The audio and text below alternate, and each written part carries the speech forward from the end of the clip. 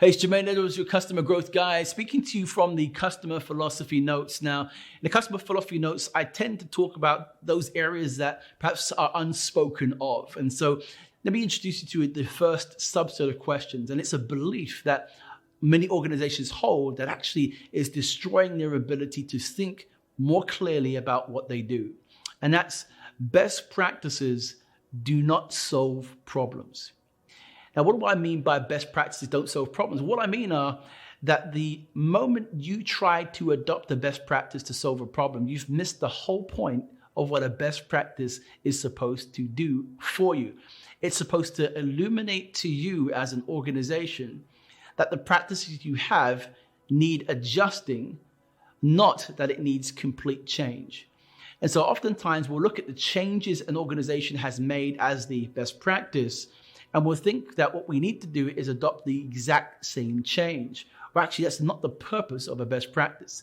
The purpose is for you to understand what needs to be adjusted rather than what needs to be changed. And the difference between adjustments and change is of this. Adjustments point out specific areas that, if improved, give you greater impact on your energy. Change requires a thought or an observation that everything that you're doing is absolutely wrong.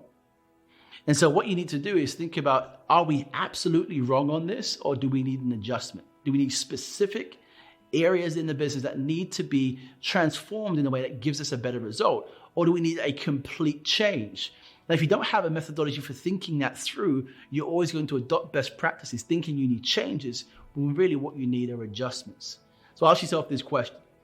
Do you need a change or do you need an adjustment?